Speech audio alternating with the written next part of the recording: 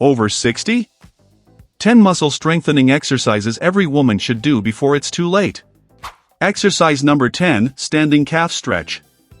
This exercise may seem too simple to make a difference, but it works on an area that directly influences how you walk, the ankle. Over time, the calf tends to become tighter, which limits foot mobility. And when the ankle doesn't move properly, each step becomes less stable. Small irregularities in the ground start to pose greater risks. By stretching this area regularly, you improve movement fluidity, reduce built-up tension, and prepare your body for more demanding exercises to come. It's a gentle but essential start. And now that this foundation is being developed, we move on to the next level. Now that you've started preparing your body's foundation with calf stretching, it's time to progress a bit further and begin activating real strength. Because mobility without strength does not support safe movement for long. And this is exactly where the next exercise comes in. Exercise number 9, heel raise. This movement seems simple, but it is extremely important for walking stability. Every time you take a step, your calves help propel your body forward and maintain ankle control. Over the years, this strength decreases, making your steps shorter, slower, and less secure. By lifting your heels, rising onto your toes, and returning with control, you strengthen this area and improve both circulation and muscular endurance. More than that, you restore your body's ability to respond better to ground contact, which is essential to prevent trips. Start slowly, with support if necessary, and feel the movement. This type of activation prepares the body for greater challenges.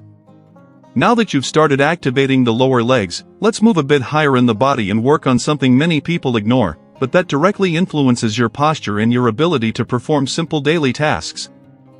Exercise number 8, shoulder rotations. It may seem basic, almost insignificant, but shoulder mobility is essential for maintaining independence. Think about how many times you need to reach for something overhead, get dressed, or even maintain an upright posture throughout the day. Stiff shoulders limit these movements and increase the effort required for simple tasks. By performing controlled rotations, you lubricate the joints, improve circulation in the area, and reduce built-up tension. Over time, this makes everyday movements easier and prevents compensations that can lead to neck and back pain. It's a subtle exercise, but one that keeps the body functional. Now, we've reached a point where the body begins to be challenged more fully. Here, we are no longer just preparing, we are starting to build strength. Exercise number 7, wall push-up.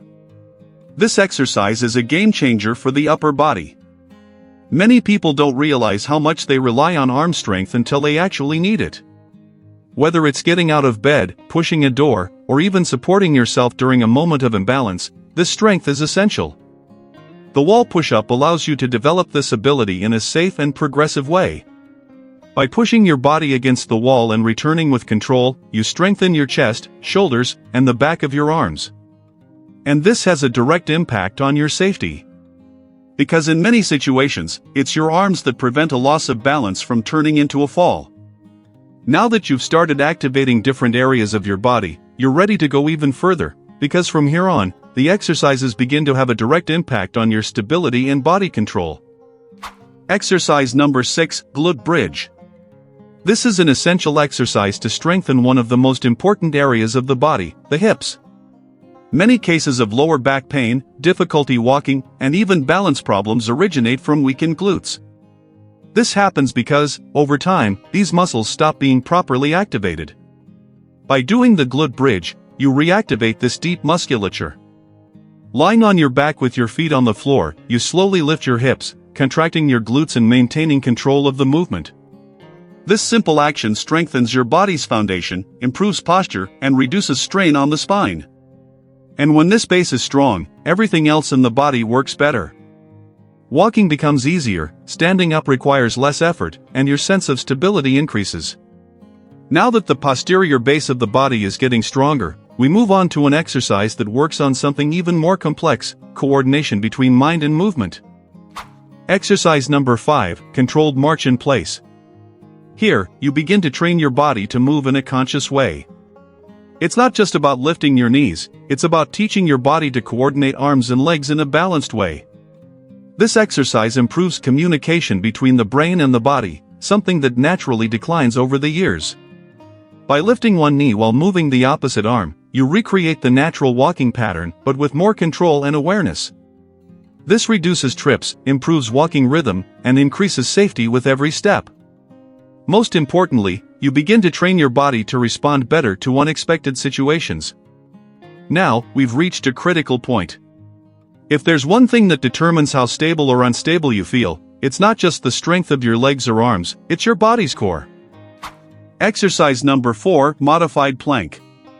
The core, which includes the abdomen, lower back, and deep muscles, is the foundation of your stability. If this area is weak, the body loses alignment, balance is compromised, and any movement becomes riskier. The modified plank allows you to strengthen this area safely, without overloading the spine. Even in a lighter version, this exercise activates essential muscles that support the entire body. And over time, you notice something interesting. You don't just get stronger, you feel firmer, more stable, more in control of your own body. And that's exactly what we are building here. Not just isolated strength, but a body that works together. Now you are reaching the point where most people begin to feel a real difference in their body. So far, you've prepared your foundation, activated important muscles, and started improving your coordination.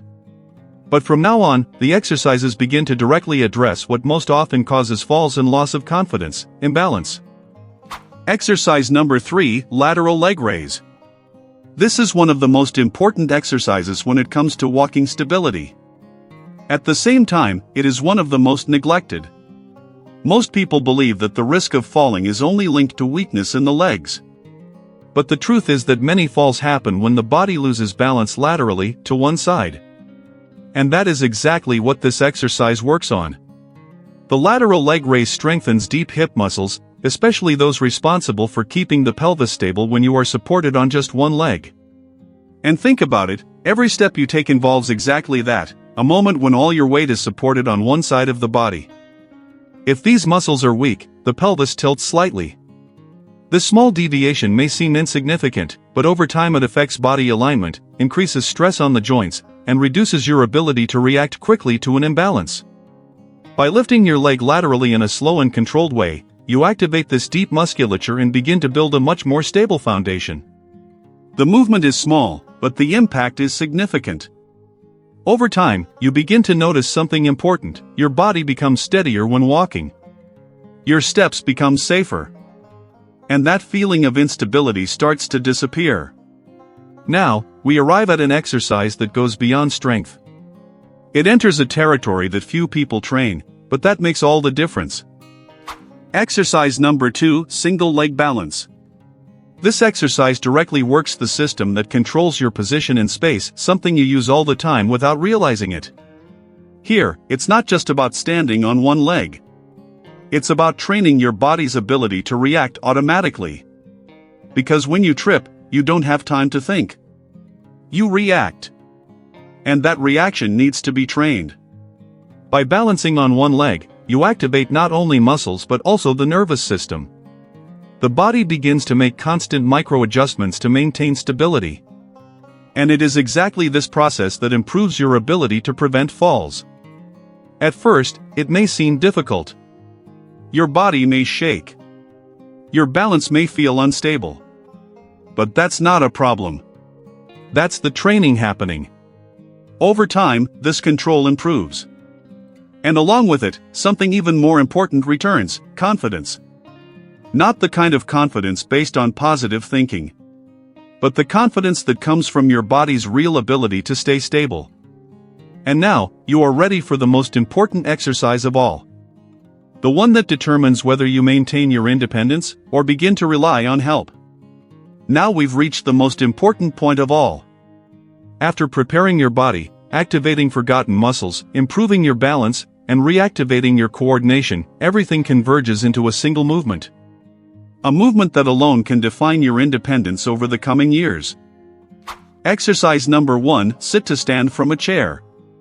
This is not just the most important exercise on this list. It is the most important for your functional life. Because think honestly.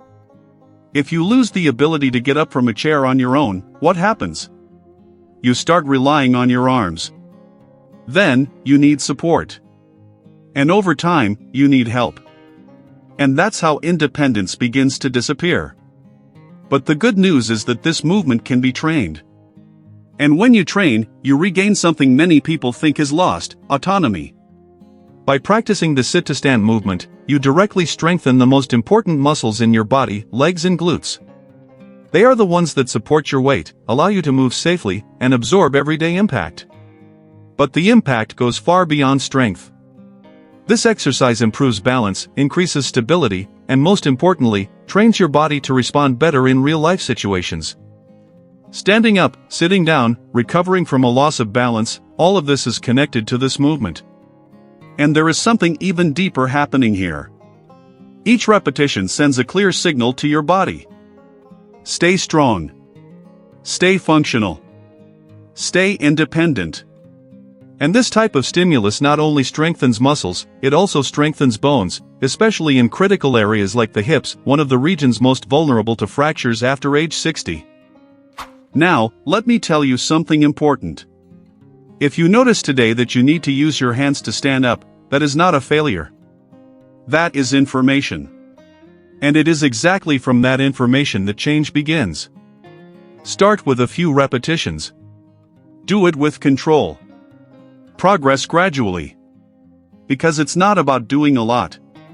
It's about doing it right, and doing it consistently. Now, stop for a second and think. Which of these exercises do you most need to start today? Maybe it's balance. Maybe it's leg strength. Or maybe it's simply taking the first step. And that's exactly what matters.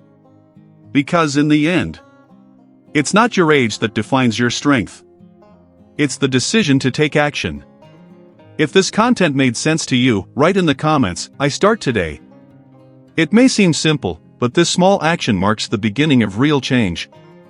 And if you know someone, a mother, a friend, a neighbor, who needs to hear this, share it. Because many people believe it's already too late. But now you know the truth. The body still responds. It just needs the right stimulus. And you've just found it.